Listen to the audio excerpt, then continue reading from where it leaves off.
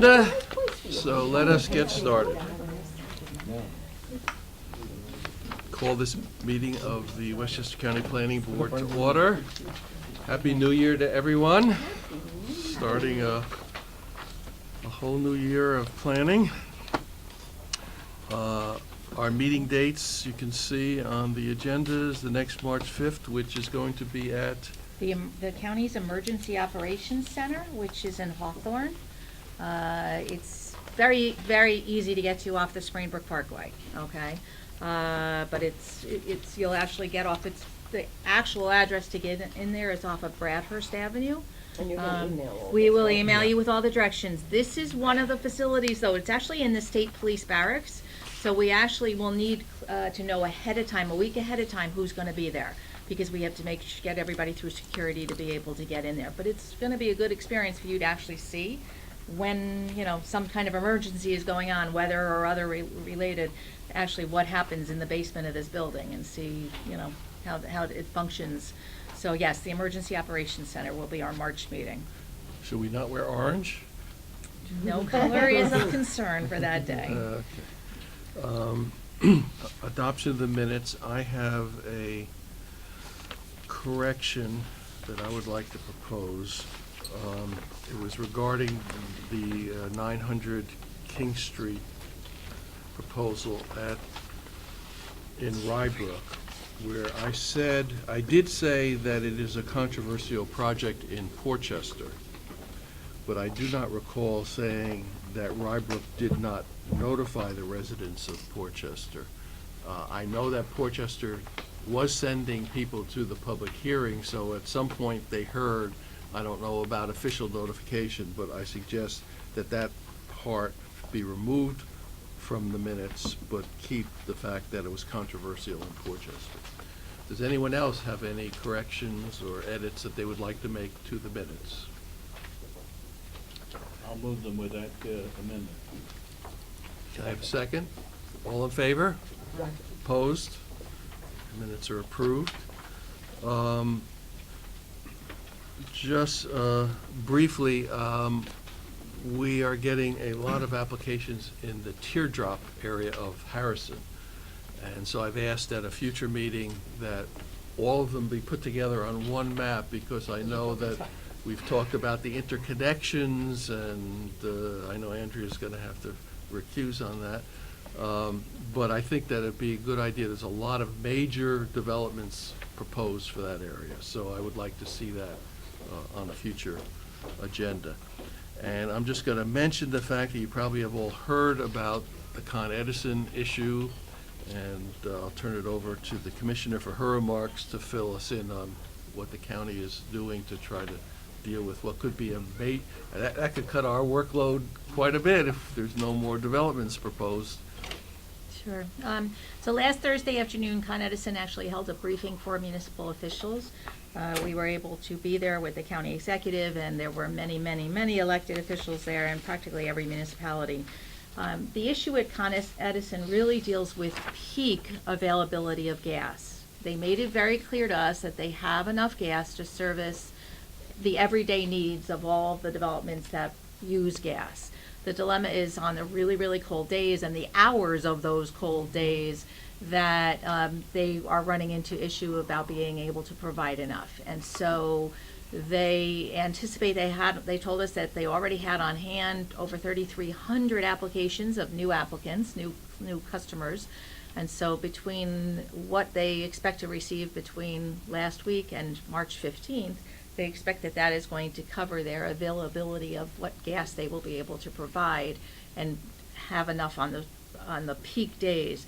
They did make it clear that as long as you are looking to be an interruptible customer, that means on a peak day, you actually can use some other source of fuel to heat your building. If you can be an interruptible customer, they will still accept you as a new customer.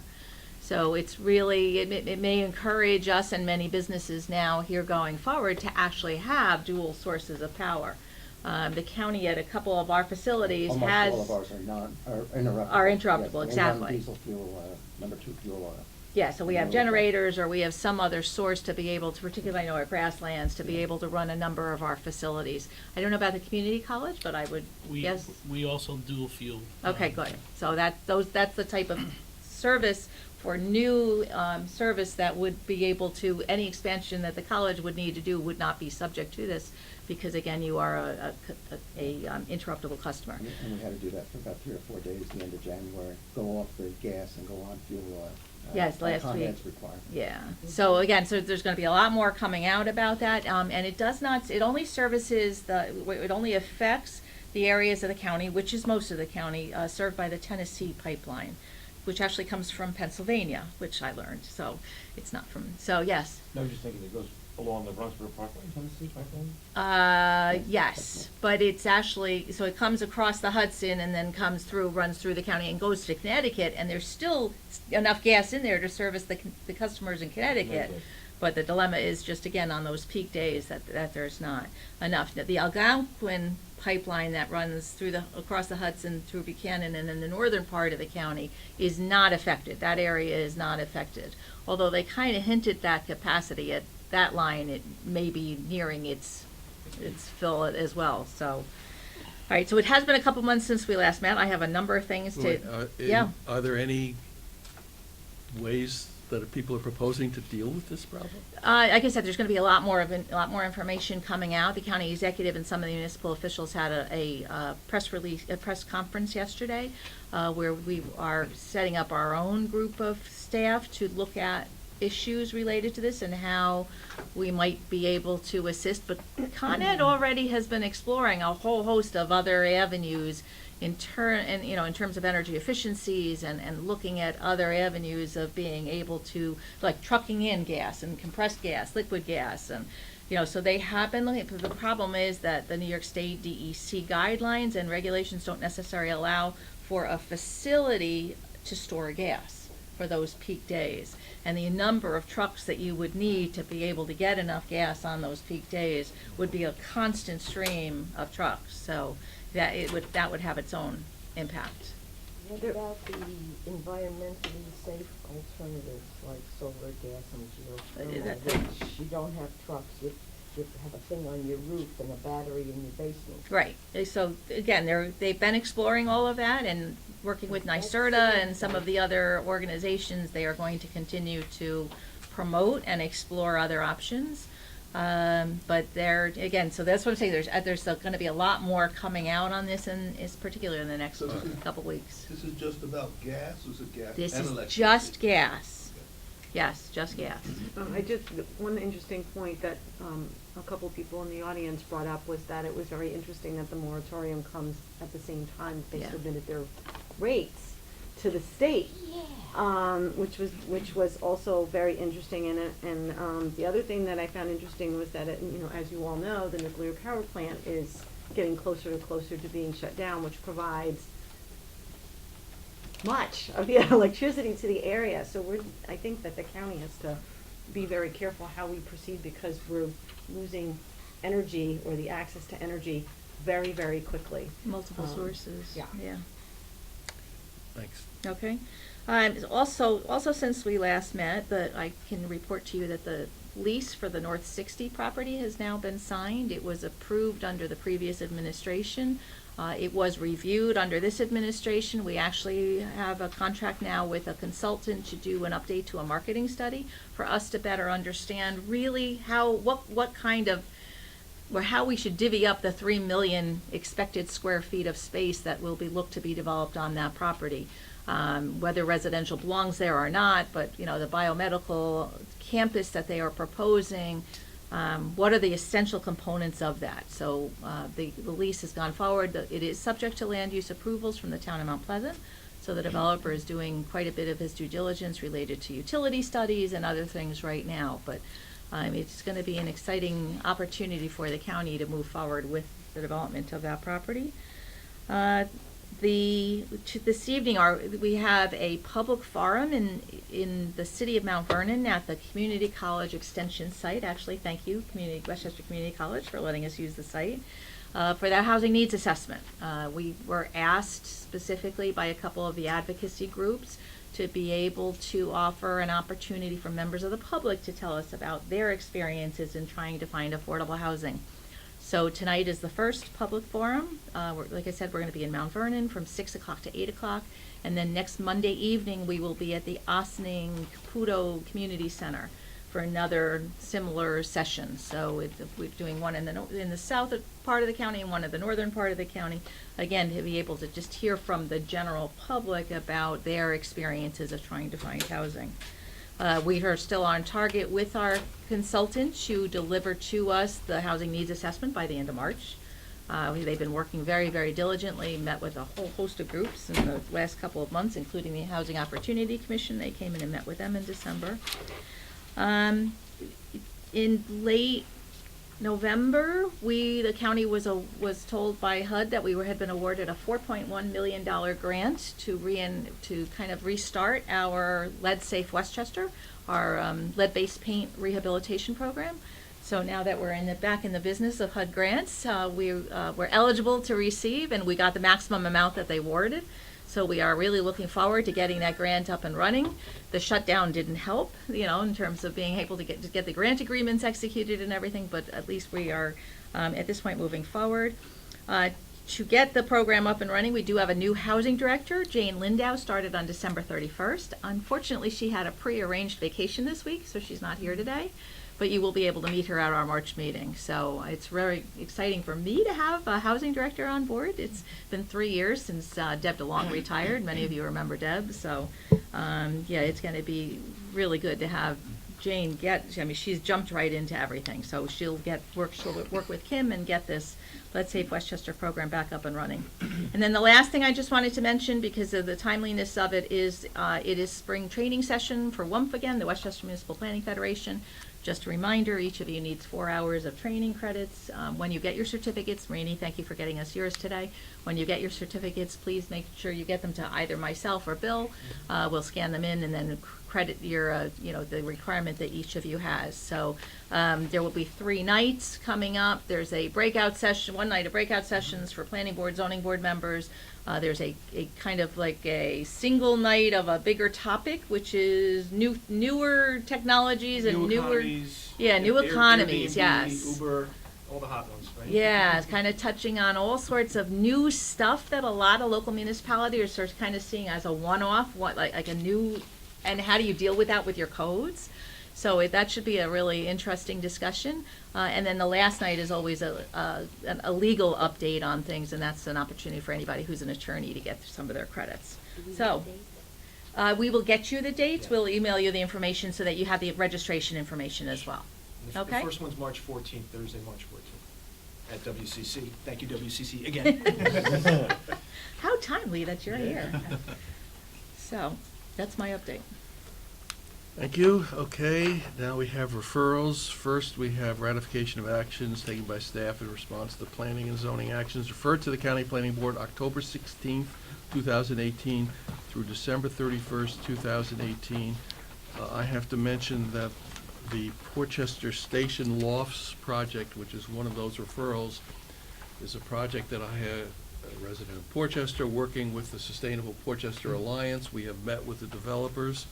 I testified at the zoning board hearing that the developers went to when they were asking for a rear yard setback and a density bonus. In seeing us there, they withdrew the request for a density bonus, went to the planning board. Now they're back this month in February for the density bonus. We're trying to get affordable housing as part of the development. We're trying to get a labor agreement to use local hires as part of it.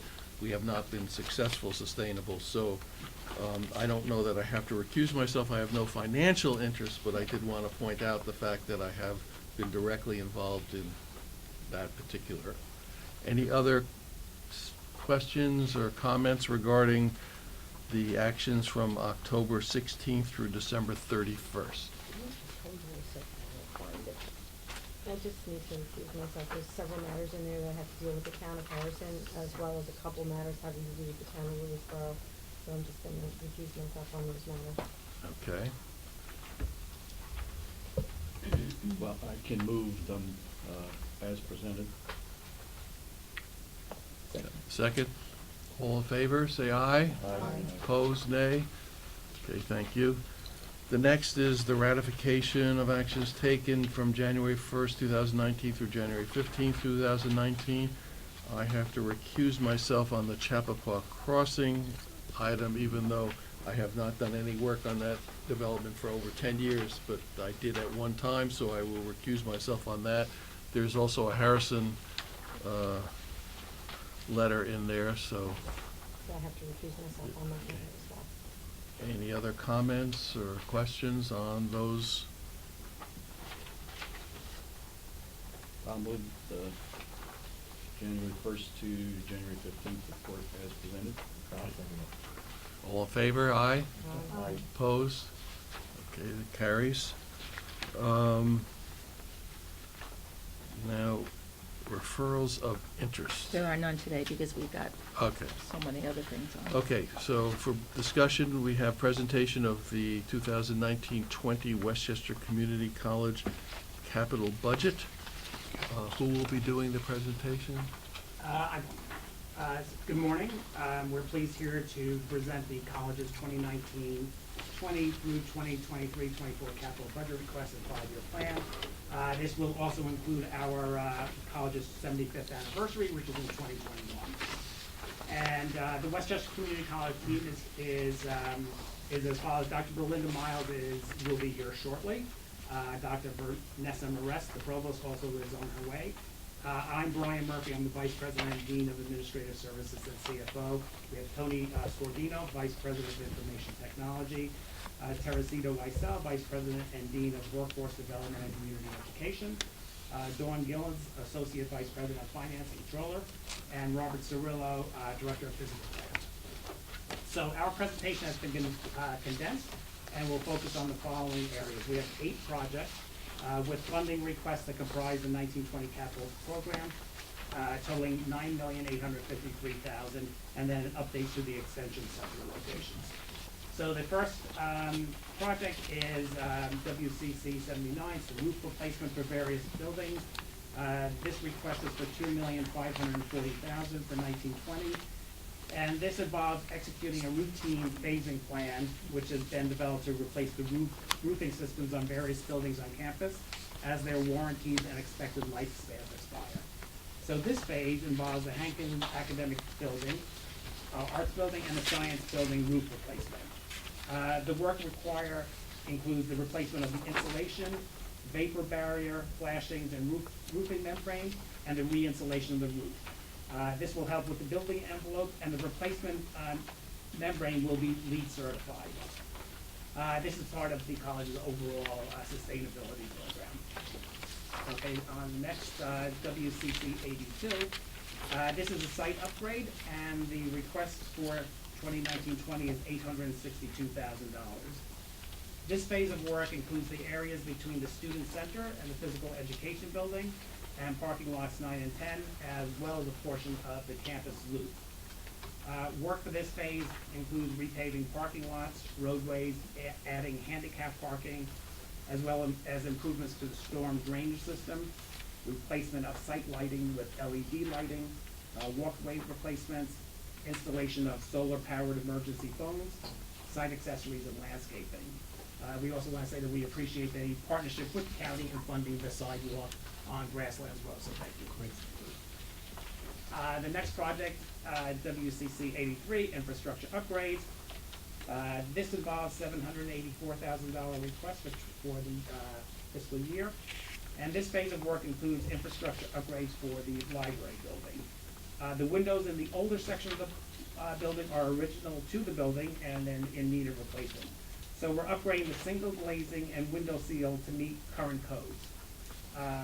This will improve the solar and thermal properties of the building envelope. The next slide is the WCC 85, the Hankin Academic Arts Building Infrastructure Upgrade. This request is for $1,572,000. And this project includes a full replacement of the theater rigging system. The original system was installed in 1978. So while Previous repairs have extended the life of the system. The system is now, at this point, beyond its useful life and requires a full replacement. And then the next is WCC 89, the administration building expansion and renovation. This request is for $2,720,000. This phase of the project is the first phase and includes upgrades to the building HVAC system and plumbing systems, including the complete replacement of the building's 4 rooftop units, which provide both heating and cooling to the building. And we're going to replace those with new energy-efficient units that meet LEED standards. This project also includes a new control system for the rooftop units that will integrate with the building management system that's currently installed throughout the campus. And it also involves minor plumbing repairs in this phase and to the domestic water line serving the boiler. And the next one is... Good morning. So we have 2 technology projects to talk to you about. One is WCC 90, which is a technology upgrade off campus. And the college provides educational structure for credit and non-credit students at the extended centers each year. Technology is integrated into all facets of the student experience, which are supported through this project. The following are the project goals: to replace the existing equipment that's on our 5-year replacement cycle, such as servers, PCs, laptops, and so on, which really serve the students. So all this equipment that I talk about, the equipment and a server or a switch, what is that really? Really, those are the backbones to help the students get to our system, to provide the in-classroom instruction. So it's, a lot of this equipment and all this equipment really supports the student. The second phase is to replace the media equipment, which is 5 years old or older. And again, that's the faculty equipment they use in the class to provide instruction. So keeping that equipment up to date is vital to their instruction capabilities. And we want to expand the digital signage experience at the extension centers. We first installed digital signs to the security master plan, and we have some areas that need some additional signage to help communicate with our students. So that's WCC 90. On 91, we have our technology upgrade on campus, and much of the projects are the same. So again, 5-year replacement of equipment, and it's very important to note that we use the same equipment on campus, off campus. We want our students to have a seamless experience, a one college experience, so whether they're on campus or off campus at any of the extension centers, the experience is going to be the same. So we make sure we have the same equipment maintained. So again, this is to replace PCs, printers, servers, switches, all those backbone components, as well as the equipment the student is interacting with. We're also continuing to upgrade wireless on campus. As you know, you've probably heard me before talk about wireless upgrades, and students keep bringing more wireless devices on campus. So upgrading our wireless is a constant battle to provide that quality of service that students expect. The third part is for classroom technology to help with applied learning. And this particular slide down here is Professor Watkins. Now, Professor Watkins works with the cybersecurity team. And the cybersecurity team did very well in a recent competition going against 4-year institutions, and they were the only community college to advance. So the program is very well known. They've had this advanced 3 years in a row now. So they have an excellent program there, so we continue to support that program as well as other applied learning programs. I just want to say one quick thing about cybersecurity. I was at an Oracle Cloud Day recently in Manhattan, and there were a lot of interesting presentations, one of which said that there would be 3.5 million open cybersecurity jobs by 2021. So this is a major area for us. And I just want to say, our students beat West Point, and they're going along to the 4th round with Harvard, so they are. Yes, that's amazing. Congratulations. Yeah. Westchester Community College. The fourth item in the project is to expand the fiber optic cabling on the college campus to allow us to do more in the classrooms and more administrative and provide quality service for the students. Thank you. WCC 92 is planning studies. This, we're requesting $75,000 in 2019-20. And the college uses this money for a variety of studies on infrastructure planning and design and feasibility studies. In the past, these funds were used to prepare our campus-wide security master plan, and the college will be updating the security master plan because it's been. And we've done a campus-wide traffic study, a solar power master plan, and a number of the other plans. And the college is currently conducting a review of the 2012 master plan, based on the results of the space utilization study. So that's what he's funding you for. And now we're going to segue. Good morning. Sorry I'm late. Thank you so much. I have an amazing team, so I don't even worry when I'm going to be a few minutes late because they're on the ball. But it's a pleasure to greet you for my 5th time during my term here on behalf of Westchester Community College. We're going to segue into a conversation and overview of our extension centers, many of which are in the communities where several of you serve. And certainly we have them because of the support that we've received from local legislators, and we're always grateful for that. It allows us to extend access of our educational mission further into the community. And VP Terry Weisel and I will update you on several of the activities that are taking place in these spaces. I do also want to thank those of you who were able to participate in the community conversations that we held at the Extension Center so we could get a better feel for what the local municipalities need, who the student populations are, what's changing with regard to the K-12 environment, the business, local government operations, so that our programs remain relevant to those needs. And certainly, many of you have probably heard about the changes to our White Plains Center here at the County Center, where we have come to a very after careful consideration, we've had to make the decision to change the way we operate there due to our financial structures that were no longer feasible for the college to continue there with the Extension Center for the Arts. And so the college certainly remains committed to the arts programming, and we're looking at other places where we can deploy those services. We are planning a meeting with the principals. The students have been there for decades working on this for personal enrichment with jewelry making, other fine art skills and the artisans there are quite extraordinary. And it's truly a historical program and one that's worthy of our very serious consideration about how we can continue to support that population of the community. But with that in mind, we will now go into an overview of each of the extension centers. And just in time is our provost, Dr. Vanessa Morris, who probably has the furthest commute of us all, and has is the newest member, almost the newest member of our team. So it's okay. We'll have you jump right in with Terry to talk about. I got in a car accident on the road. We're very sorry. We're glad you're well. No, I'm fine. I didn't want to go into a whole lot of detail, but yes. Yeah, no, So- that's why I'm late. It's not my commute. Well, it is the commute. It's all connected. And so again, we want to provide full accident. I didn't hear that. I thought I heard something else on the phone. So we're really glad you're well. And certainly, again, focusing on the short-term credentials. Terry's going to a conference in DC later this week on the Skills Summit, where community colleges are really looking at the issue of workforce training as we're hearing about new types of technologies like blockchain, for example. It may not require an associate degree, but we can provide the training and the certifications that are needed to help people have opportunities. I signed up on Indeed.com. I am not looking for a new job. Let me make that very clear. I love my work as president of Westchester Community College. But I wanted to see if I put in blockchain and 10595, what would come up. And I'm really impressed that I'm getting 3 to 5 kind of hits a day of areas that are interested in hiring people who have something, because I didn't, what, blockchain, what is this? Is this real? And it's real. There are jobs in the area, in our zone. So it's an interesting way to see what's really buzzing, and then I'm able to forward that, and now they've taken over the teams that are looking at the curriculum there.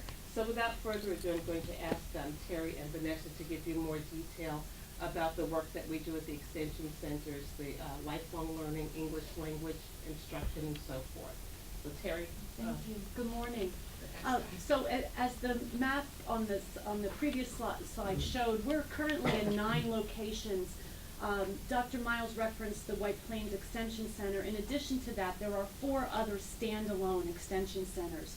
The other 4 locations are leased space in high schools and at Portchester Middle School, where we provide classes on a limited basis, but again, all in the spirit of providing as much access as we can to our residents of the county.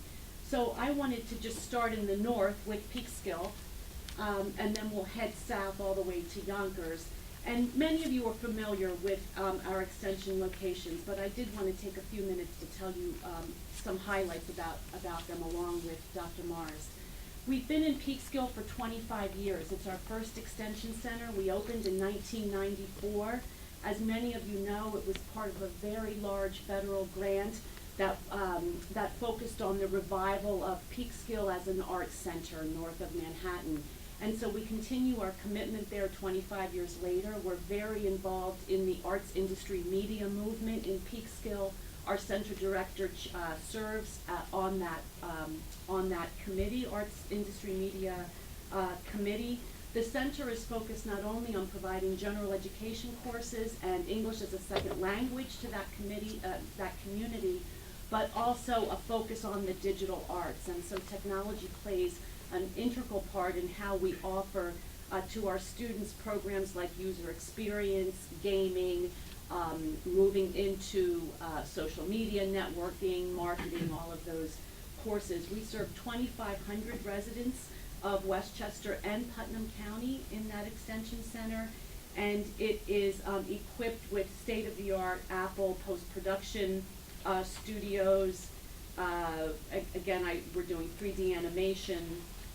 We also do a very robust children and teens program there in the summer, focusing on robotics and working with area high schools. So those are some of the highlights of the Peekskill Extension Center. Moving south and on the river, we go to Ossining, and I'm going to let Dr. Morris tell you a little bit about what's happening there. Sure. So the Ossining Extension Center is located in a shopping center. It's a very convenient location.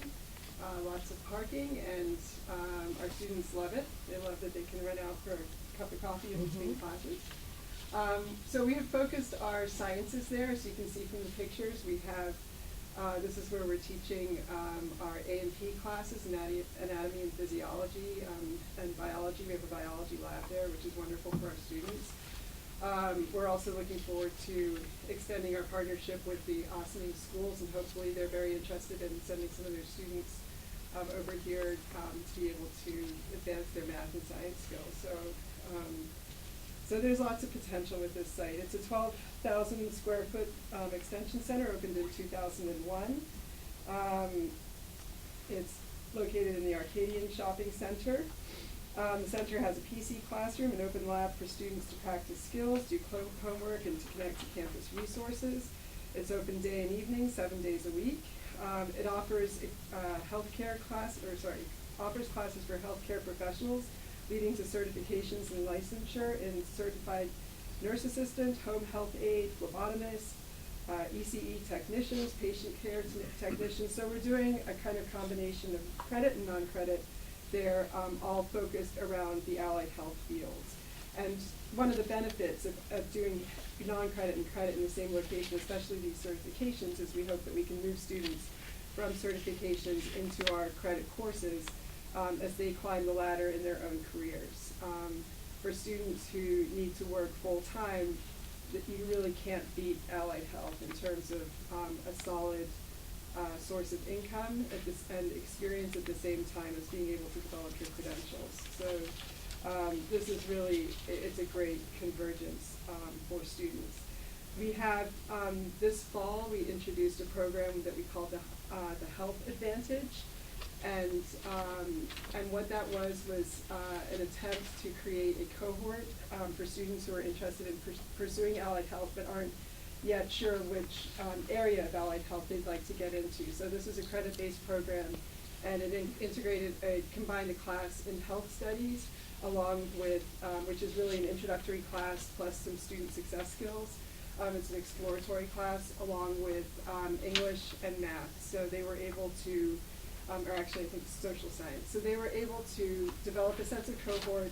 The students all got to know each other. They got a great launch into their college careers. I went at the end and watched a final presentation where they were introduced to our faculty from Vet Tech, from Rad Tech, from all the different health fields, to be able to have an open discussion about what those kinds of occupations mean. It's great to be able to create that sense of cohort. It really launches students nicely.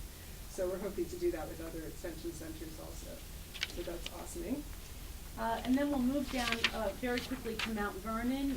Many of you may know we started on Gramerton Avenue in 2014. We moved to 5th Street, and we're really in the heart now of their business improvement district. Work very closely with the Chamber of Commerce there, with government, with the K-12 system. It's a 22 square foot property location there. We're offering a full complement of general education courses. We have a full academic support center that uses technology very heavily to support students in reading, math, English, writing, and English as a second language. And I guess you thanked us earlier for letting us use your space for a couple town hall meetings or community meetings. The Mount Vernon Extension Center is a perfect location for partnerships, and partnerships is really what drives a lot of the work we do there. 2 partnerships that we have with the county are through the Department of Social Services, where we are providing through our Job Star program, adult basic education, GED, high school equivalency preparation, mostly to community members from Mount Vernon and the surrounding locations. And also, we've had a nice partnership that has grown over the last few months with Westhab, because as they have space now on 4th Street, they used our space for a temporary period of time during the interim. We got to know about their programs. We got to pipeline their clients into our curriculum and some of our entry classes. And so partnerships is core to the success of these extension centers. And I reference those two because of their relevance to all of you. So we're very happy to be in Mount Vernon. And then finally, Yonkers. Okay, so this is the Yonkers Extension Center. It's located at the Cross County Shopping Center. It also opened in the fall of 2001. It's a 12,000 square foot facility. Today it's the most highly enrolled of the centers, with students traveling from Yonkers, Lower Westchester, and also the Bronx to take classes there. It's a great hub, and students routinely report to us that they appreciate being able to take classes there and wish they could take even more. So it tends to be filled. Our credit classes there tend to be filled. We offer a robust schedule of mostly liberal arts classes there, so math, science, social science, English, all of those classes are offered there, and students are able to put together, I think, a nice schedule. The facility has 10 classrooms, dedicated student space for for study and social interaction. It has an open access computer lab, financial and academic counseling, and tutoring services. All of the classrooms are equipped with multiple audio-visual systems, wireless access, and smart technology, which provides an enhanced learning environment for teaching and learning. The center enjoys strong ties to the Yonkers community, including partnerships with the Yonkers Chamber of Commerce, Yonkers Partners in Education, Yonkers Thrives, and the Yonkers Schools, among others. So this center is just really a great opportunity for students to get a start on college. They also have a strong sense of student involvement there. The students can do co-curricular, extracurricular activities as well as taking classes, which is something that in my conversations with students, they also really appreciate there. We're really excited about the presence of MGM locally coming into the cross-county center area, taking over the entire casino. And so Dr. Morris and VP Wiesel are putting together an exploratory team to look at what some of the curricular opportunities. We know that in Prince George's County in Maryland, the community college there partnered very closely with MGM and have some some award-winning programs relative to hospitality management, some of the business services and other professional careers at the middle skills level that can be very instructive for ways we might partner with them. We're also exploring an application to have the Yonkers facility become a separate branch campus. It would still be part of the college, but it's grown to the point where we might be able to have that type of structure available, meaning that we would be able to offer the full degree program. Dr. Morris mentioned students, their ability to get a full schedule there, and so this would ensure that they would have all of the classes that they need to complete a degree there, and that could be really exciting. So we're really thrilled about the way the college is progressing. We are excited about the nearly 25,000 individuals that come to our main campus or our branch campus or our extension centers. See, I'm already speaking the language. And certainly, I always say you could tell a tree by its fruit. This is a beautiful picture of our commencement ceremony, which we hold every May at the county center. And this is just our primary point of pride. That's a fabulous photograph that just conveys the enthusiasm and excitement of what we produce for the county. We are your partners in economic development for the region and in developing the talent of the potential of the people of Westchester County. That's what we're here to do as an open access institution. We offer high quality and affordable cost, and we want to be part of that solution, and we thank you for your sponsorship. I invite all of you who can attend to join us at the college this Thursday at 4 o'clock. I will be delivering, or you can live stream, the State of the College address. And so we'll be providing other updates about what's going on at the institution. And we thank you for your time and attention today. If you have any questions, we can certainly be happy to respond. Thank you very much. Maybe one quick question. With all the roof repair that you're doing and our discussion of energy earlier in the meeting, is there any thought of putting solar panels on these roofs, or at least making them so they could support solar panels?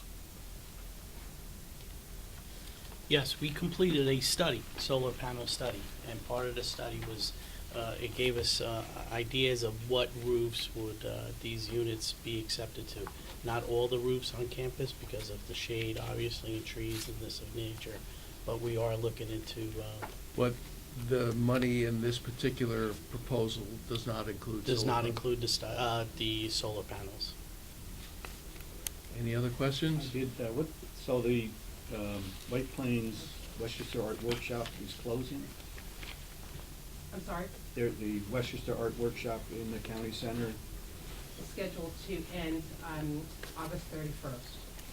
and what plans or what thoughts have you got as to why did it close, and what can you do for the people that were interested in the arts in other ways in other locations? Sure, we worked very closely with the Parks Commissioner to evaluate our ability to offer courses there, and found that it was no longer feasible for us to do so.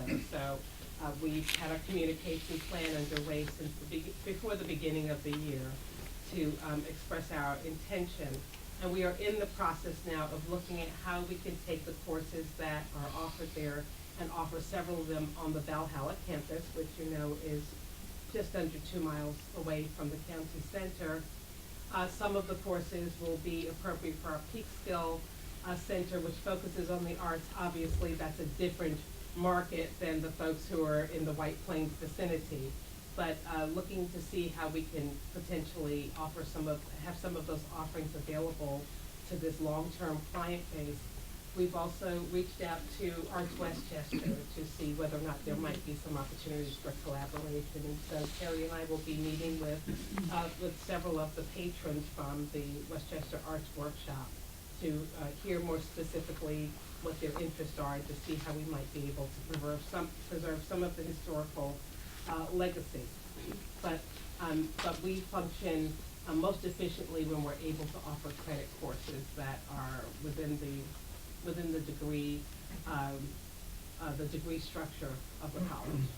Just as an aside, when we started the arts program in Peekskill, we met with Wayne Carcinell at the Westchester Art Workshop to see if there was interest in having sort of a satellite facility, and that's where that germ of that idea came about, where the Westchester campus the facilities that are in Peekskill came about, and they were very positive about supporting that, and that's become a really important focus of our whole economic development efforts in Peekskill, spinning off now into technology and stuff from the arts. But it'd be nice for the regular art stuff, painting and that kind of thing, to still have some spaces that are still supporting that for students that are interested in that stuff. In your pack, I'm sorry. I also wanted to make a comment about that, because there's also partnerships with galleries. There's an interest in supporting, student artists. So I think you should look into that as well. Well, we hadn't heard that option, so that's part of the reason we want to be around the table to take a look at how. We've heard a lot of feedback from the patrons of the Westchester Arts Workshop. And so that's certainly something to put on the list to explore. In your package is the planning department report on the capital projects and a resolution recommending that the approval of the planning board's report on these particular requests for capital projects. Does anyone have any questions on? They all seem very modest, you gotta get the roofs fixed so that it doesn't leak, you gotta replace the technology as the time wears out. I can't imagine that, there's anything here that isn't absolutely necessary. We always have statements that we work with the college staff when the projects do come up, and we review the physical impacts of all the projects.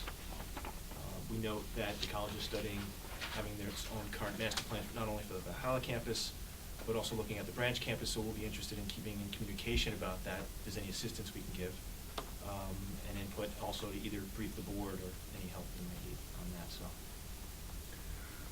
Okay, can I have a motion to? I'll move the resolution. Can I have a It's in your second? package. Second.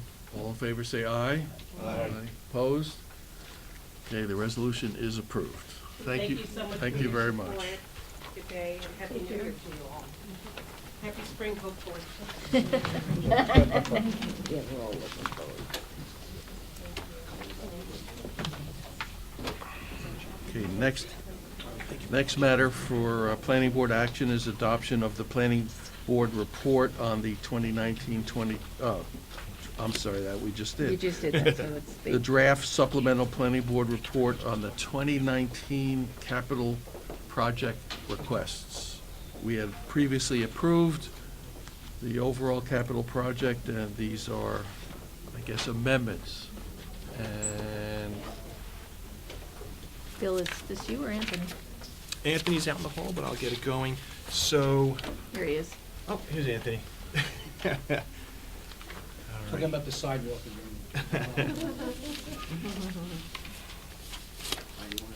Yeah, here we go, first slide. Okay. All right, so in June, you saw the original submittal of the capital budget was $237 million. What has happened since then, that during the summer, the capital project committee, which reviews all projects, reviews all the requests, makes modifications. We shifted some projects out. In October, the county executive submitted the capital budget to the Board of Legislators. And then in December, the Board of Legislators approves it with some adds and modifications. The bottom line is that we went from a request of $237 million adjusted down to $195. And that was a result of the capital project committees making changes and recommendations to spread stuff out over a 5-year plan and not just do everything in 1 year. And also there's a bunch of adds from the Board of Legislators and the county executive, and that's what we're gonna go through right now. Okay, so there were 17 additional projects. They were either added by the work group, the capital project work group, the county executive, or the Board of Legislators. So our next step is to review those modifications and forward this adoption of this resolution. Go ahead. Okay, I'm gonna go through them really quickly, okay, because that's what we gotta do. 85 Court Street, this is a memorial for the Christopher Ridley Plaza. In 2018, they actually put us a placeholder of $150,000. Planning Department worked with the family and DPW and the County Executive's Office and the Board of Legislators to come up with a plan. We went out to bid. We knew we didn't have enough money. We actually, with the board, added another $200,000. Project's been awarded. There was a groundbreaking, I think, last week. Will be completed by August, which is his birthday. So that's the goal with that. So that's how this additional ad got in there. This is $100,000. This is really more of the capital work, capital projects committee. This is allowing us to have like the college had $75,000 to do feasibility studies. A lot of times when we have capital projects, they're either for the construction and design. Sometimes in some of the departments need to look at things a little bit further before we can even figure out how much money we need for design and engineering. So that's why this is here. Go. This is a simple IT request that was for replacement of equipment. I'm moving faster than my own sleep. This was a capital work group recommendation. Valhalla Campus Master Plan. This was something that, because planning is beginning to look at actually master plans again, so this was a capital work group recommendation, is to bond for this, because this project will actually result in other capital projects, not from cash, so we're moving that forward. The Board of Legislators added $150,000 for a statue for the enslaved African rain garden at the waterfront. Well, actually, it's in part of the capital project, but it's gonna be at a location Down near the, in Yonkers waterfront. down at the Yonkers waterfront. So it's a Board of Legislator add. This is another Board of Legislator add. This was for the Ossining Sing Sing Museum. It's $250,000 for the initial, whether it's preparing the site, but it's towards a component of the Ossining Sing Sing Museum. This is infrastructure improvements at a shelter. It was a Board of Legislator add for $700,000 for the acquisition and renovation of a building at risk. We really don't, this is something that's gonna be further defined and further worked out, but a Board of Legislators added this to the capital project. Who owns that building now? I Vernon thought- Plaza is owned by the county. It is owned by the county. And They might be leased looking to do Westchester. renovations or another built facility. We're still gonna work through that. I see. This is another Board of Legislator add. They've been adding to this project over the last 5 years to do pond restoration, dredging. It's really more another placeholder. It's something that has to be studied further. It's not a simple fix. Years ago, we used to remove the sediment. These days, it's very expensive. And not only that, you have to, it's just a long, complicated process. But they added more money. So when we figure out what we're gonna do, we'll probably work with the committees and identify a potential project and do something with one of them. This is a new project. Am I on the right one? Yeah, this is the one that's additional. 1, 2, 3. Sorry. That's all right. Yeah, this is a Board of Legislature add. They added additional funds to a current project. Next. This is actually a new project which is added by the Board of Legislators for Farragut. The county owns a portion of Farragut Avenue, and then it comes village property. We actually have an affordable housing project that's on this segment. The road is in significantly bad shape. Mountains Lake, so Board of Legislature add additional money to address the roof replacement at Camp Hemlock. Mearstead, also a Board of Legislature add to add additional funds for roof replacement, building envelope improvements to stabilize the building. Another Mearstead BOL add for additional site improvements and to bring potable water and septic. I could spend a half of our meeting telling you about this, but we're gonna Well, move tell us on. about, what is Mearstead? What is Mearstead? It's a county park, historic, so no one from parks here today, so. It was a property that was donated to the county. It was an estate, incredible facility, beautiful property. Most of it was developed in the early 1900s. And the way they handled water and sewer in 1906, very different than we do now. What's done in these buildings? What is it? There's concerts, there's artwork in the facility, there's a program. We're starting to stabilize a building that's deteriorated. We need to do some work to make the buildings more publicly accessible. Where is it? Really? It's in Bedford. Bedford? It's in Bedford? Bedford. So it's a $5 million, we're just putting in a $5 million Never spend. even heard of it. Yes, adding more money to an existing. There is money already allocated in previous years. So we can develop more programs there. Right now, I'll give you a quick thing. They literally pump water from a well and store it in a cistern, which is just an open tank, and then they pump it up a hill, and then they do gravity to feed these. That does not comply with health department regulations. So there's really no portable water there. So there's looking at the big picture. The septic is from like the early 1900s. It needs to, if we're gonna bring the public here, several things have to happen. We have to secure the building because it needs to be updated and maintained structurally, and then we need to provide the infrastructure to allow the public to gather and drink the water and use the bathroom. Otherwise, you gotta bring bottled water and wear diapers. It's not gonna work, so. Tell us what you really Okay. think. I try to keep this going here. I did my presentation in 5. All right, another Board of Legislators, a new It's an exi- BOL add to an existing project, Muscoot Farms for bathroom renovations, another septic field and site work. You know, all our facilities are getting old, and unfortunately, they've been neglected for a number of years. I don't have to go through that. So the Board of Legislators recognized the deficiencies in the amount of funding that was available to address these problems, so they're adding more money to certain projects. Okay, North and South County Trailway, we have we just awarded a project for the north section, which is originally owned by the state. Now the county's gonna work to take it over. What the board did is they moved up. In 2020, the allocation was to do the south section. So we had money in the 2018 project to do design work for the South County. They moved up a 2020 request to 2019, so we can also design and go out to bid on restoring the south section of the South County Trailway. We gotta come up with a new name, but it does work.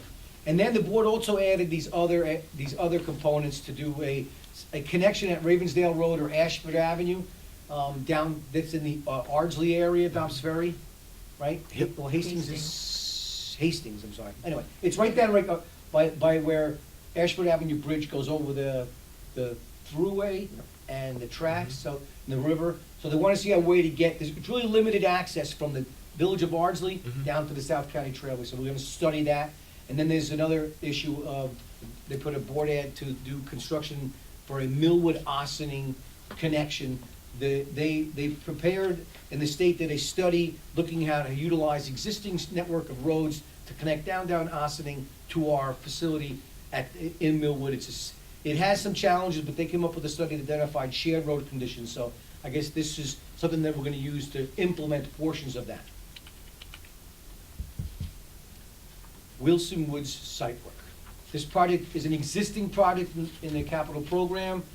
In the current 2019, there was an additional request for funding to do, the parking lot got very expensive. There's a lot of rock. We're taking the woods out of Wilson Woods. It's gonna be a lot of tree removal, but it's a park road that goes through the park that connects Mount Vernon to Pelham, heavily used. But this money's actually looking for $5 million to acquire the Landau, am I pronouncing that right? There's an existing building that we are currently using their parking lot now. And according to Parks Department, we overwhelm I guess, when it's very, very hot, this facility is highly used and there's not enough parking. And they're parking across the street, it's unsafe, so they have developed a plan where they reconfigured the road and they reconfigured the parking to be on one side, but it's removing a lot of rock. The board has now added additional money to acquire this parcel, allowing more room to still separate the road from the parking, but we'll work with the board and, once again, all these projects come through planning. Planning stays involved throughout. We have to do the seeker. So we carry a very big stick that we will not allow these projects to get bonded for construction until we're part of that discussion at 30, 60, 90, and looking at the environmental impacts. This project's been in the works for a long time. Can I ask you a question? You're No. talking about that parcel that's in the middle, like if it's shaped Right. like an A, it's like in the middle? No, So that- the parcel is on the left. If you're leaving Pelham and you're going down to Wilson Woods, our park is on both sides, and Right, then at yeah. one point, there's a building and a parking lot. It's on the left-hand side, Yeah. up against the tracks. Right. Right. So that was considered for development, like that Right. was, we And- had a referral for that, like, Yeah. it Again? was- No, like Right. 5 years ago, it was a Right. major project. Right, they wanted to make it a housing, and Yeah. people voted against it, but we're looking potentially to acquire it. So then that would not be developed in the future, that would? Correct. Okay. The goal would Just be as to a parking remove lot. that building, demolish it, and create a larger park, but in doing so, realign the road, so you're not bringing through traffic and have parking on both sides, then you have a problem with people are crossing. So then who would buy that building? The county. The county would buy that. This guy had I thought they wanted to put a hotel there. approved it in the context. They wanted to do a lot of things Yeah, there, yeah, yeah. but it wasn't supported by the town never gave, the city, I'm sorry. The city. The city could never agree to it. Move on. We got a lot to do here. Bus stops. This was also a board of legislature add to do design and construction of platforms and shelters on the Sawmill River Road, Down by- Elm Street. Near Rivertown Square, across from there. So it's enhance it. This was a capital work group add to add $6.5 million for an additional water tank. Oh, actually, this is the construction for the so it's rehabilitation of the existing, Right, correct? Right. Exactly. And that's all she wrote. We'll do it in the record. Can I ask again about the Vernon Plaza, the acquisition, does that mean they're looking to Wait, which one? close? The Vernon Plaza. Okay. Does that mean they're looking to close the shelter? No. No. It's for a different program. They're hoping to, again, this is from the Board of Legislators, they wanted to possibly purchase and rehab another site, another property For for program at-risk space. use, Yeah. for Right at-risk. next to their site, adjacent. In the area. Workforce training and, Right. right, So- employment training. So it's for just, that, yeah. it's We didn't- being part of the Vernon Plaza capital project because it's adjacent and will be connected to it? Sometimes And will benefit the residents of. Right. Right. Sometimes they'll latch on to a project that's in the vicinity, so it's not a new capital project that is adjacent to it, it's gonna be a sister kind of. Right, and again, Board of Legislator at DSS, so they're working with the legislator in the area to figure out what that project is, so. And the process now for these is after we take action, it then goes back to the. We forward No. this, I'm sorry, Good. yeah, we forward this county executive and the capital projects committee, which includes the Board of Legislators. So again, this is kind of like a supplement to what you approved back in June, because these are new. So now, everyone's got your report on all the capital projects that have been in the 2019 budget, so. But these have been adopted by the board. Yeah, so we're kind of And the bringing county these to you executive afterwards. in the Playing catch up. 2019 budget. Right. So this is just to give you an update of what was added to the budget since you last saw it. Right, and these reports are used when the projects then come for bonding over the next year or two.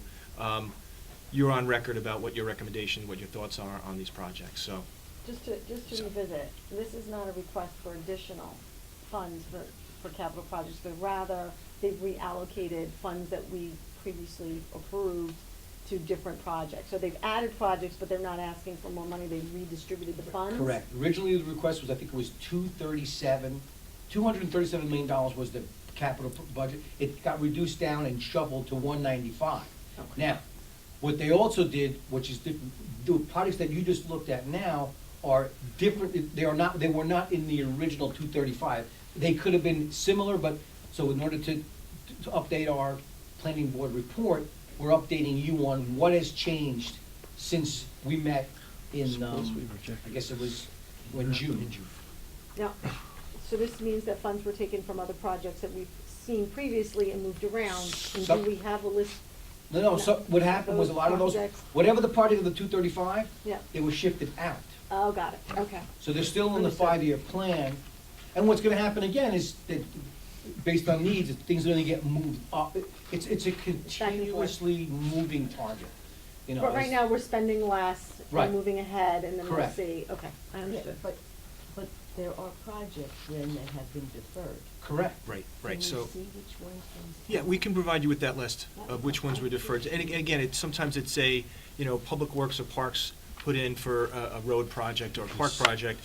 When we, the Capital Work Group looked at everything in total, and said, that's too much money to be, county executive recognized that's too much money, so we need to shift some of them out. So, Public Works has to take a second look at say their road rehab projects. All right, these dozen can get shifted out to 2020 or 2021, reevaluate, so. No, Yeah, so- I so, wouldn't, right, I wouldn't right. consider it losing. I wanna be perfectly honest with you. The request of parks, the request of some of the departments exceeded the capacity of the county, okay? In the history of county capital projects, we've done, Parks has done about $10-15 million a year. They had like $50 million. We can leave it in the budget and then wait 3 years to finish it, or be more, look more conscious of the reality is let's space these things out. The ones that were a higher need to be done now, a nicety, maybe not a necessity, got pushed out. That's a 5-year plan. You can't do $75 million in 1 year and then go down to 3 in year 5. That's not a capital plan. We need to look at it from, many different portions. We're not taking the money away.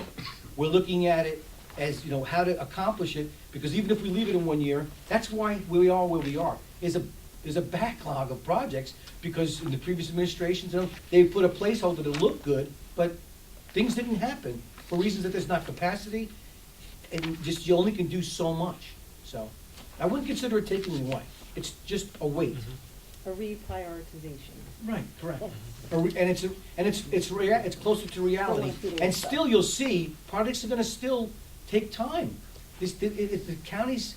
A lot of them are a lot more complex than you think. Right, And, I'm very simple, I'm they just don't- simplifying them, but a lot of these projects, there are outside agencies granting permits. It's not just going to repave your driveway, folks. This is, even like your simple repave of the roads, there's still stormwater regulations and trying to do things different to protect the environment. and the cost is going up, so we're trying to catch up, but it's gonna take time. And back in June, we had recommended that in developing a county capital budget, that everything not be squeezed just into 1 year, but it be more sensibly allocated over a period of time. And hopefully that's part of what this is about. Okay, there is a resolution in your package, but the resolution needs to be amended. Doesn't reference the It last doesn't reference the last two. sheets, the Either last two. Either the bus stop or the water Okay. storage is not And listed. the water storage could be because it's in a district, right? That could be, I apologize for that. The resolution?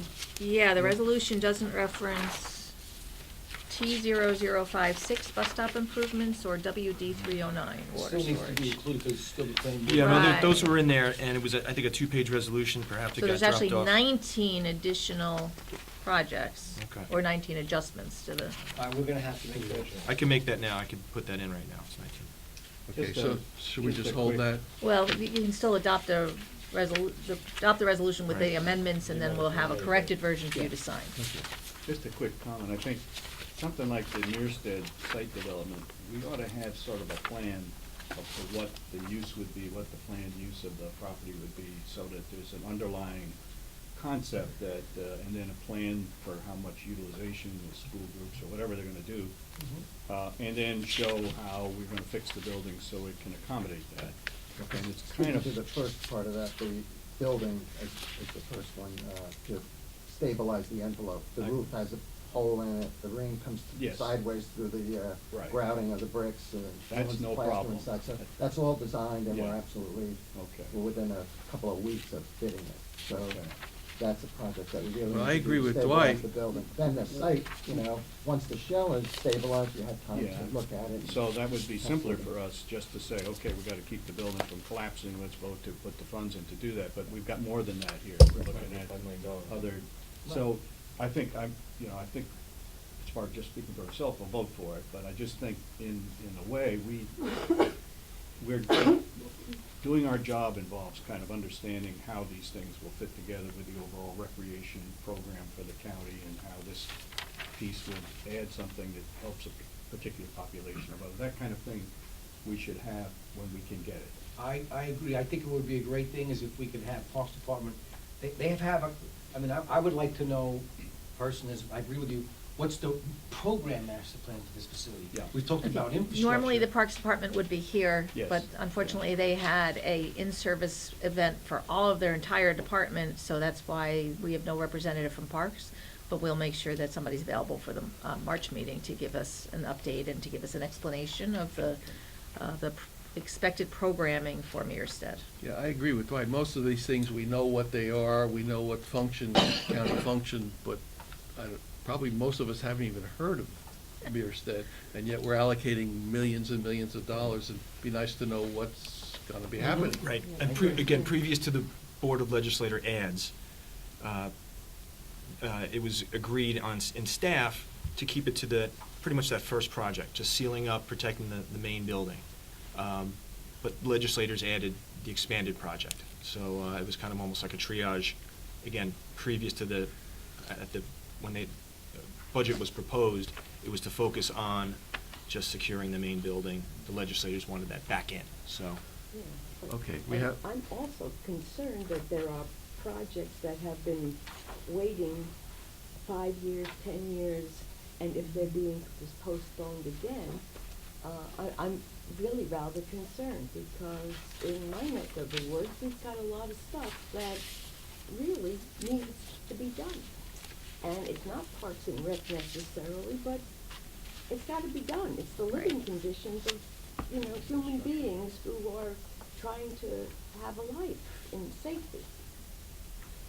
so you're gonna get us the list, Bill, of Yes, what that'll. was deferred. That'll show the proposed, what the departments came in on and proposed, how it was pulled down, and which ones were delayed out.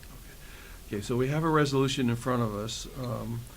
We need to add the T0056 and WD 309 Right, to to the that resolution, and I'll move it with those ads. can I have a second? I'll second. All in favor, say aye. Aye. Opposed? Okay, I'm not gonna sign it at this You gotta point. get it the updated version. I'll get you by the end of the meeting. Okay, draft consolidated plan, 2019 through 2023. We're back in business. Okay. Okay, so we have a 5-year plan that identifies, our consolidated plan is a 5-year plan for 2019 through 2023, develops housing and community development needs. Where it also includes our 2019 action plan, which is the projects that we're recommending for funding for the Cdbg component. We have 25 consortium communities right now, for a total population of about 350,000. When we previously ran this program, we had 40 communities, about 500,000 people, so we're getting a little bit less. We opened a public hearing on January 10th, comment period, I'm sorry, and will be closed on Monday, the 11th, which is next Monday. Okay, no planning estimates are provided from HUD yet because of the government shutdown, so we really don't know exactly how much money we have.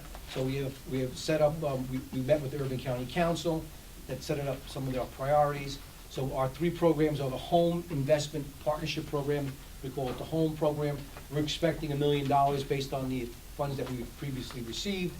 The Emergency Solutions Grant, we're expecting about $150,000, which we give out to nonprofits to deal with some of the housing needs and stuff like that. We have the Cdbg program, the Community Development Block Grant, which we're estimating to be at $2.5 million. We used to get $4 million in the past. Okay, so our home program is for affordable housing construction programs. It usually goes to the developers. You're not gonna see any allocation of that funds because it's based on first come, first, which projects are ready to go at the time. Sometimes we issue them as loans if the facility has a ability to repay. It has to be for low to moderate income people. Rentals have to be affordable to people at 50 and 60% of median income. And for home ownership, it's affordable to people at 80 or below. Since 1992, we've actually received over $33 million in home funds. We're allowed to have a 10% of that total grant for administration for our staff. The city of Yonkers, Mount Vernon, and New Rochelle get their own home money. So this home money is only available to the 25 consortium communities. Okay, our ESG, Emergency Solutions for Homeless Preventions, for the extremely low, 30% of area median income. We're also allowed a 5% for administration. We issued an RFP in October. They were due in November, the end of November, and we had 2 responses from one from Human Development Services to assist in back rent and utilities, and the other one was for legal services. There's an attachment in your file that has all where the funds went. Go next. CDBG's our lion's share is for funds that go directly to municipalities and nonprofits for infrastructure. There are sticks and bricks, as we call them. This is for projects that are at or below 80% of area income. You qualify most of the project as low mod area, being that it's based on census tract or census block groups, 51% or less. The low mod limited clientele would be a facility that provides benefit to an individual, so I can actually touch that person. It's not based on an area like a park or a sidewalk or sewer line. And then you have the low to moderate income housing, where you have a rental facility where the occupants are low to moderate income, and we do improvements, whether it's windows, plumbing, or updates. So that's how that qualifies. We had applications due in June of 2018.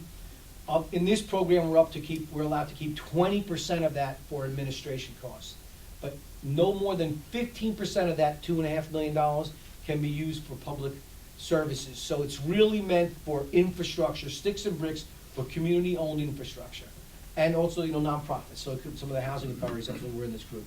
We could only fund an expansion of public services. So if someone's running a program that benefits 20 people now, and they want to help another 10, they can come in and ask us for the cost of that 10, not to run the 30. Otherwise, we would just spend the same money over and over.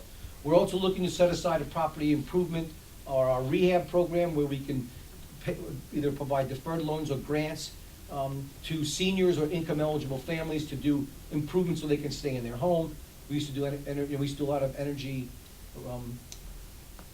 Energy, what I'm looking for here, but energy Efficiency? Thanks, efficiency, thank you. It was health and safety issues. Health and safety. That's what we addressed. Okay, thank you. Go to the next one. This map is difficult to see, but that's identifying, the dark green are the areas, the census block groups that are at 51% area median income, and the light green is our lower quartile, our quartile ranking at 43.5. I can explain that real quick, but originally when we set out the applications, you had to have a block group that was 51% low to moderate income. Once we identified our consortium or our universe of block groups of communities that joined the consortium, so if you had 100 census tracts, the highest population, the highest percentage of the top 25% is the cutoff line. So when we did it for our 25 consortium communities, the top 25 actually were at 43.5. So we have eligible areas that will be eligible for CDBG, not just at 51%. This is just showing you the higher population, the higher percentage of low to moderate income populations. Portchester is our highest concentration with 60. If you blend the entire village of Portchester, 65.43% of them are low mod. Then Sleepy Hollow, Ossining Village, Mount Kisco, Mamaroneck, Buchanan. So as you can see, as the top 10, when we had a consortium of 40, we were not, you would see a higher percentage there, but because our universe is only 25, this is what it looks like today. This may change if we get other communities to join. CDBG funds, so not all the funds are being recommended at this time because we don't really know what our estimate is. So we've set aside $545,000 for our rehab program, and when we do get our final allocation, if it's less than what we anticipated, this would get reduced. In 2020, we actually only recommended $1.3 million, and even less in 2021, because we don't know what the future holds, but some of the applications need additional more work, so we're going to continue to work with the applicants. This is our review process. So the applications were due June 29th. In the summertime, the applications were reviewed by staff, sent out letters requesting additional information. September, we went out and did site visits. In November, we made presentations to a group of staff right here in 420. We did number crunching in November. We released the recommended awards on January 10th. Keep going. Okay, our summary, real quick. 73 applications were received by the deadline from 31 applicants. 15 were municipalities, 16 were nonprofits, and 8 of those were new nonprofits. The requests that were in 2019 equaled almost 5.4 million, about 3.9 in 2020, and about 3.2 from 2021. So a total request of almost $12.5 million, and we hope to get, I don't know, maybe 5, 7.5. So a big ask for a small amount of money, limited resources. So of the 73 total applications, 37 were successful, a little more than half. The 10 unsuccessful applicants, we had concern about their ability to meet that 51% threshold of benefit to low to moderate income people. 3 of them were incomplete, 1 application was withdrawn, and the other 1 was a concern about the match of the new services. We required, different from in the past, that the applications be for a request for funding at a 50-50%. So if they were asking for 100, they had a match for 100.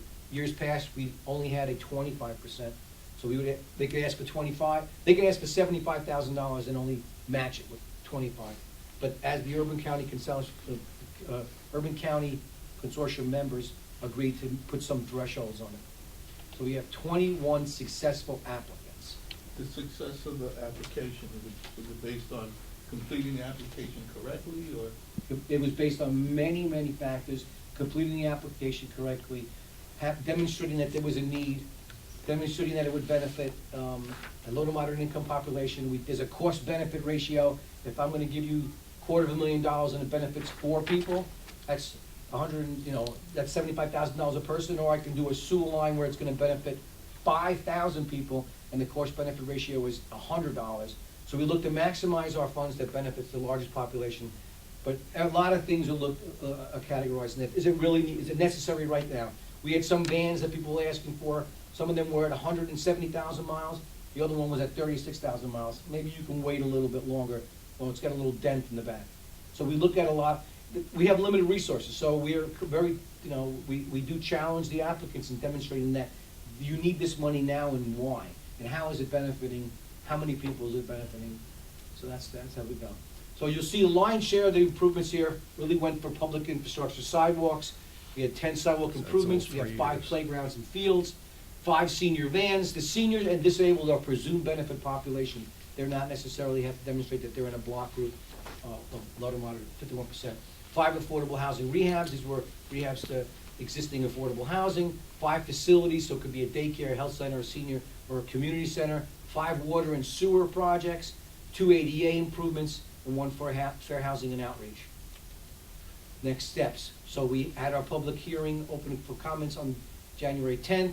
We met with our CDAG reps, the Community Development Advisory Group, that was Monday the 28th. We met with Urban County Council on the 30th. We're here with you today. On the 5th, we will submit legislation to the Board of Legislators on February 25th, with them to be taking action at their March 11th meeting. Our submission has to go to HUD on March 15th, and our fiscal year starts May 1st. We're hoping. Hoping. I was gonna say, Norma, take it away. Tell us how.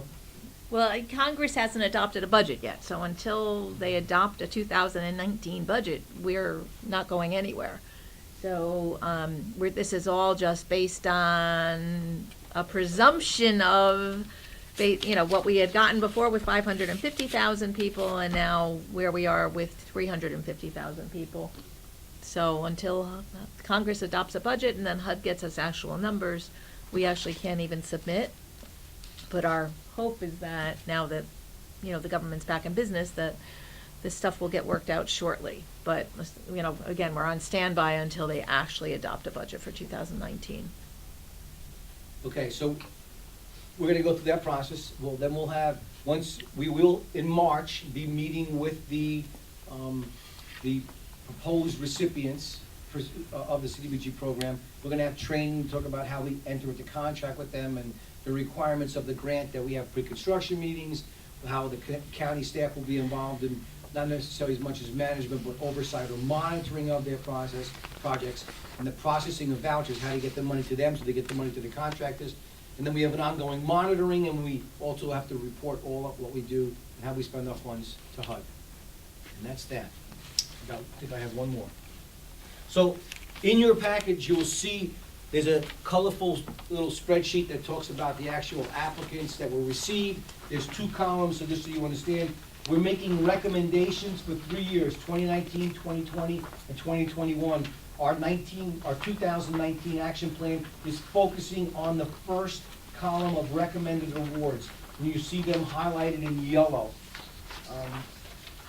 Some of the municipalities are asking for one-on-one meetings with staff to understand better why they didn't get all the money they wanted, or didn't get any of the money, and so I'm pretty much dealing with that. But given that we sit down, and Norm and I and the group staff, where everyone gets up and explains the project, I feel very comfortable with what we've recommended, and I haven't had any issues once I sit down and explain to them. Most of the time, it's given limited resources. If we had an empty, empty checkbook or a blank checkbook, ours is empty, we could provide more funding. But at this point, we have to be, and some of the projects, honestly, they could have waited. Some of the sidewalks were not really unsafe, they just were unsightly. So, not a nicety, but a necessity. That's what we're looking at. So yellow means, red Yellow. means, blue means?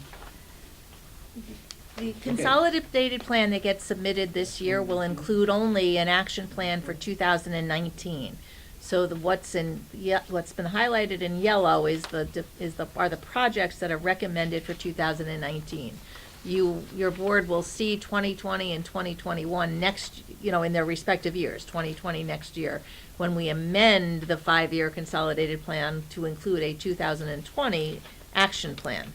So all we're looking for the recommendation for this year specifically is the 2019 recommendation.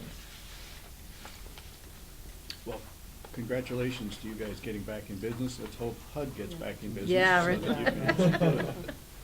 But that's a lot of work to get from having been turned off Yes. water back on. It's not a And simple process. doing it with a lot less staff too Yeah. right now, honestly, so. I have to leave, but I would, if you have a motion on this, you have a resolution? We have a resolution to recommend the 2019 list of action plan projects. Well, you're actually approving the consolidated plan. Approving the overall consolidated That plan. includes the action plan for 2019. I'll so move. I have a second. Second. All in favor, say aye. Aye. Aye. Opposed, say no. We have Okay. the tree permit, can we get that in? We have 2 more action items, so. You got Well, enough I'll votes, slow right? it You down. don't need me. I got it. We have enough, yes. Okay. I'll be equally as fast. Is my next again? Okay, the next is the new homeland acquisition for 227 Elm in Yonkers.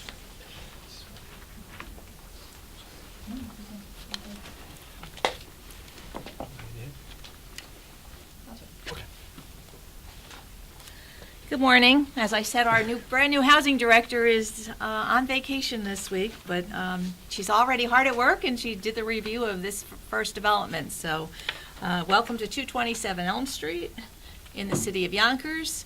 It is in southwest Yonkers. You can see by the aerial photograph, there's a very green block in the middle of the significantly dense area of Yonkers. There's a parking lot there. There's an existing church. But we are looking to. Bill, can you lower the lights maybe? Sure. Uh, One more center. That's good. Helps a little bit. Yeah, that's good.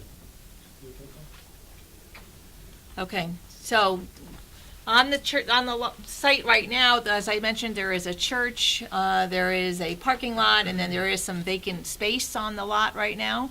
The church will continue as a church, but they are also looking to add a community center and some program space to the church to be able to enhance, not just, provide more than just a residential experience for the new residents of the affordable housing development to be built.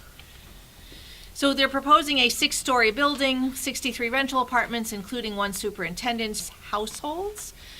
So 25 of the units would have adults with children, and then 12 of the units would be specifically available for a housing or a household that had a mentally disabled head of household. They are for units where you can earn no more than 50% of the area median income. But because they actually come with vouchers, they will be able to serve families who actually have much, much lower incomes. But the budget is all based on 50% of AMI, so that we can plan for what the gap is and see how much construction is needed or how much funding is needed on our part. So it is new construction. It is the 63 units with 60 parking spaces. In addition, West Hab is going to provide on-site case management, a daycare center, and employment training. And it does include almost $4.7 million in their program budget for renovations to the church and to the community center. They're getting ready to start because they need to do a new roof on the facility practically immediately, a new roof on the church. They are asking for $1,765,000 of new homes land. This value is based on an appraisal that was just done last year. It was December 7th, 2018. So for the 63 units, it comes down to a value of $28,016 per unit. Does that include the church property and the church itself? No, we are not acquiring the property. We're going to only be acquiring the lot that does not include the church. Thank you for that clarification. The picture with the church on it, could you, it's not clear to me which lot it is that they're building this. If you go to the far side of it, the far end of it Where here, all the trees on? Yeah. right past here, and there's a parking lot here, it's all gonna be this area here, going through, actually. Go ahead, Kim. This is the church, and then this is the lot that the new building will be constructed on. So, again, was this it is 6 where stories the- it was, or? Yes. Yes, this is the church community center. Right. That's going to be rehab, and then the new construction for the 63 units will be on this vacant lot over here. Is that used for parking now, the vacant lot? Yeah, it looks It's like- nothing right now. Part of it's parking, part of it looks like it's green. Yeah, that. Yeah, Okay. and you'll see another So other sources of funds going into the development, they did get the supportive housing funds, that's helping the formerly homeless households. The community investment funds is also helping with the community center, that's coming from New York State. They've got tax credits, they've got home funds from the city of Yonkers as well.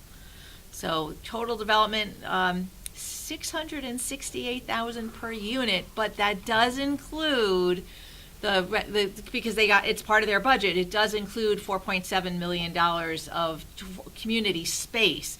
If we actually remove the non-residential component from this budget, the budget becomes about $37 million, and it becomes $594,000 per unit. So again, our contribution is the $28,000 per unit.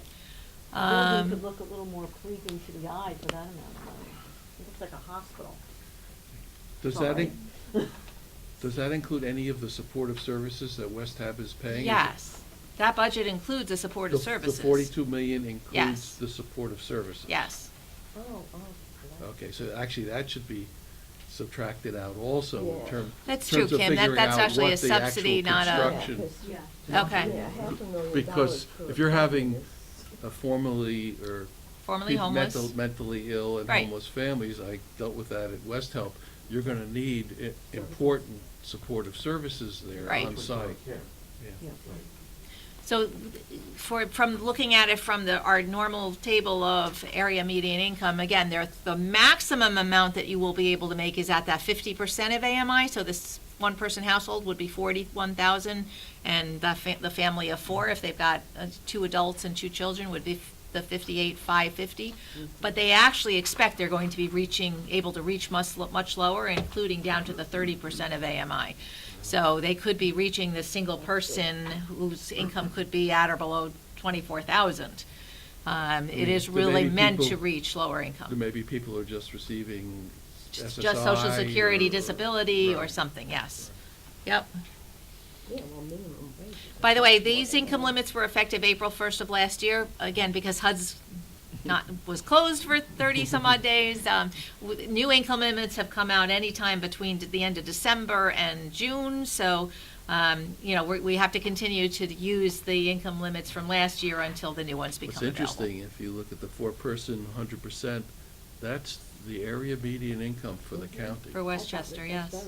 This county, the average median Average income household, for yeah. household is $117,000. Yeah, that's why a lot of people in Yonkers really want to go by Yonkers median, because a lot of the affordable housing has been taken up by people who are really not at the bottom. Yep. And there's a great need, because people working minimum Well, wage. this are particular worth project is at the $30,000. bottom, so I Right. think that's an Well, important. that's only if they come with vouchers, right? No, everyone in the this is building, at the West bottom. Help already got the vouchers. Oh, they got the vouchers. They got the good. vouchers, so that's why we're saying they will be able to serve families of much lower income. Right, this is one of the projects that will be really Yeah, 'cause directed at that's- the yeah, lower that's the income. minimum wage. And that's why it's important that as part of their program model, that they include the daycare services, that they have the community center for after-school programs for any children that are there. It's not just providing housing, it really is providing more community support for these households and many of which were formerly homeless, and they don't want any recidivism with that homelessness. And when they were homeless, I'm dating myself, but it was at least $3,000 a month for an apartment and supportive services. It's probably, that was 15 years ago, so it's probably a whole lot more now. All right, so this is the site plan, that white space to the left, what is the existing church. So again, this helps you see how that site's going to be used. So the new building is yes, thank you, Kim. The new building is the darker area there. And this is what they are proposing that it look like. Oh, wow, that is, Very attractive. wow, that is a hill. Yes. Nodine Hill. Yeah, it only looked flat. Yeah. From the aerial, yeah. Yeah, it could be a little more attractive, couldn't it? It's very cold looking. It is, it's not attractive, And that's but it. it's not welcoming, but. So again, the only contribution that they're looking for from the county is the land acquisition, which the value is based on an appraisal. So it's the 28,000, the county support would be at the 28,000. Is there a Yonkers representative on this board? Talk to your local people, they're the ones who are gonna approve the Yeah, site plan architecture. approval, what it looks like is all subject to local approval, Yeah. so. Has it received all its local approvals? Yes. Yes. Yes, Yes, it has. does. But it probably still, I assume it probably still needs architectural review or something. Does it say how many people per unit anywhere in this package? Or not Remember, much? we said that some of the units are, there's a number of the units that are specifically set aside. 37 of the units are the formerly homeless, 25 are for at least where there's an adult and children, okay? And then 12 of them are for a mentally disabled head of household. But most of the units are 2 bedrooms. And there's parking? Yes, there's 60 parking spaces. If you look underneath there, you'll see the first floor as the hill goes down. That's Yeah, in the that's executive parking. summary is the breakdown of the actual bedroom sizes of the units. Thank you. So there are actually 3 3-bedroom units in the building. So we are, My question is, surrounding neighborhood is like either 2 or 3 stories. This is gonna be 6 stories. right. So it's gonna be what we call a candlestick in the sky, and then there's no trees around it, so you're taking out that greenery, you're not putting nothing back to bring back that feeling of that greenness that is currently there. And it's on a hill, so it's even higher. Those are I my just only- think they're gonna have great views. Those are only my 2 comments. Look at the greenery you're gonna lose. It's all those Yeah. trees and that. the But there are neighborhood- trees to the north, to the, up the Right. hill Go more, to the so site they're plan not again. clearing out all the trees in the area. Go to the site plan again. You can save in one tree. Yeah, they're, I see one on the bottom, A couple you on the know. top. I mean, right, but you're taking down like. But they are definitely clearing some trees. You're taking down 36 Those are just trees. graphic. well, get ready for the next item on the agenda. Oh, come on, don't set me up like that, Richard. All right, so you do have a resolution in your packet to support this development. Yeah, it's a very, very expensive development, but because you're dealing with a population that has serious needs and is very low income, Right. I think there is a justification for spending that much money per unit. And it's a little bit less than the 594 because that included the support Supportive housing, services as yes. well, so we have a resolution to support the new home land acquisition fund allocation for this development. Can I have a motion? I'll motion it. Second, all in favor say aye. Aye. Aye, opposed, nay.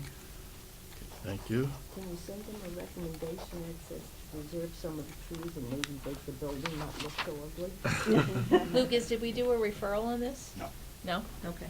It's probably not anywhere near a It county might road be- or state road. Yeah, it might be, in that part of Yonkers, sometimes things are more than 500 feet from this jurisdictional clearance. Okay, in keeping with thinking of trees, and we have a tree removal permit before you for the Mayfair affordable housing project. This is at the Valhalla campus.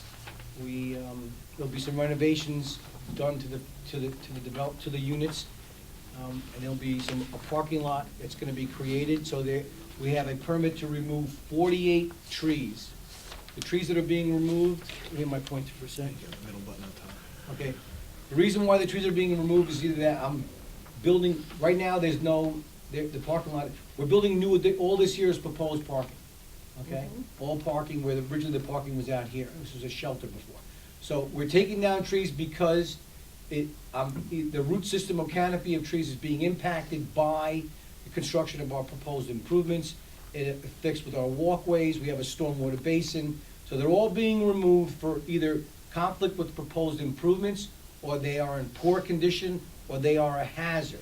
So there's 48 trees to be removed. They propose replacing it with a total of 31 evergreens and trees, and then 34 additional flowering trees. The flowering trees are also 2-inch caliper. So in total, we're putting back 75 trees. 31 of them are canopy and evergreens, but then there's an additional 34 that are deciduous, are flowering trees. So go to the next slide, please. Okay, so zoom out a little bit. So you can see, while we're cutting down trees, we're putting trees back. But now we're putting them back outside of the parking lot, so you can drive through your parking lot. We have a rain garden in the middle, there's some stormwater facilities. So this is a new landscaping plan that's going on. Given this project will also require Town of Greenberg building permits and approval and eventually a CO for people to live here. I coordinated our review with the Town of Greenberg. They provided comments. They're comfortable with, they will also be required to get a Town of Greenberg tree removal permit. So we coordinated between us, and they're comfortable, and they're gonna approve the same replacement plan, and they will issue a tree permit removal plan as well. But because it's our property, I'm here before you to get that resolution. This is on the college ground, right? This is Correct. It's not really the college, this is county property Right. on the, yes. It's by the deaf school over here. Yeah, correct. Zoom out a little bit more. So here's the Yeah, college this is on campus. the Here's Westchester the- Community College campus, it's Right. not on Right. actual This community is- college property, this it's is the old West Hill Grasslands property. Road. Exactly. And this is over here a little bit more, Bill. This is Knollwood, right? Yep. Yes, no. Okay, so it's, so this chunk of land right here is county-owned, Non-WCC. non-WC. Right. General municipal land. Right. So another question I have is that Norwood Road, I was just driving down it the other day, and I'm gonna channel Kathy O'Connor here. That road is a disaster, there's no walking ability, there's no sidewalks. What are we doing, by the way, what's gonna happen when people move back in that area? What are we gonna do about that Okay. that hazard? Okay, Let me add one other addition. You see that golf course? Yes. That's been sold. That's gonna be developed. Knollwood Country Club. I didn't know that. I had no idea Wow. about that. So Okay. now, you're having a whole lot of more development, and there is no sidewalk. sidewalk. I worked in that shelter, and we held our breath because there was a bus stop right outside There the is a bus shelter. stop, Right. But people would, with carriages, would Yeah. go down in the drainage swale along the side of the road, that going down to, Okay. 119. Right, and then And The it shopping is, center. this has been brought up to the town of Greenberg, it's been brought up to the county for years and years and years. okay, I'm gonna, now, you guys said it hit, there's actually a bus stop right across Right, the street. yeah, there's a bus here. stop Right right across There's there. the another street. bus stop over here. Right. I've looked at, the problem with putting in a I can build a sidewalk here, okay? There is no curbing, there is no drainage, the water runs off into this giant little wetland that's over here. So in order for us, you think you're gonna drop them in there? Okay, this is perfect, there's no curves, right? So if I were to put a sidewalk here, if I don't put a curb, I gotta put a barrier rail. All the water's running off, so there's not a simple and cheap solution. The Knollwood Road is a town road. The county can't come in, and I mean, we're looking to do that other sidewalk on Grasslands Road. It's a state road. I have to get approval from, I just spoke to Bob as he was leaving, get ready, if you want the sidewalk, you're gonna shovel it. He said, what? I said, yeah. Ah. So, that's the whole thing. The county's not in the business of building sidewalks. But they made it sound like that was a done deal, the sidewalk. Well, it's moving along. They're gonna, that's why I ran outside. I just told them you're gonna have to shovel it. But we have to get approval That's up from, here. from the state to Yeah, we build the still need sidewalk approval in from the their right. state. Right. But didn't he make it sound like, oh, well, thank you, you know, Well, right? 'cause Well, it- because Yeah. we've We put it been in our talking budget. about exploring it for Right. so many years. So many years. We've Right. now Yeah. got it It's in- even right. on paper, but we still need to But get I all was the thinking, oh, I'm approvals. so glad that, you know, finally after all these years, it's a done deal. It's not done. Yeah, yet. it's not But it's done. in, Which it's side? actually in Another this step. The one 2019 out budget on to Grasslands work with the, Road. work with the state, Where the kids walk on the the street. community get college the to bus come up with a stop. plan to take on who's responsible for maintenance, and it's gonna be, Parking they lot, want it, sidewalk. they're gonna have to maintain it. And the same thing with that sidewalk, it's town of Greenberg. No, you're gonna expect the residents or the property owners to maintain and shovel that walkway? It's a steep slope. It's this stretch No, it's this, I understand, but it's Yeah, a no, it's- hazard, and then with the wetlands and that little pocket right there on Grasslands Road that you're just talking about, with the weather that we had last week, that whole, was just sheet of ice all the way through. Yep. Right. And it just, you couldn't even walk in the well anymore, you gotta walk on the road. Well, Right, so maybe, this maybe is- when the golf course gets developed, the town will require the developers you. to put in Maybe. a sidewalk. That's like- You know, you can always bring for a boardwalk kind of thing. We will. once again, you, Raised who's, sidewalk. that's Because very, in it's a that ma- case, the golf maintenance course is issue. within 500 feet of a county facility. So that would definitely come to us as a referral, Yeah. the Right. development of that property.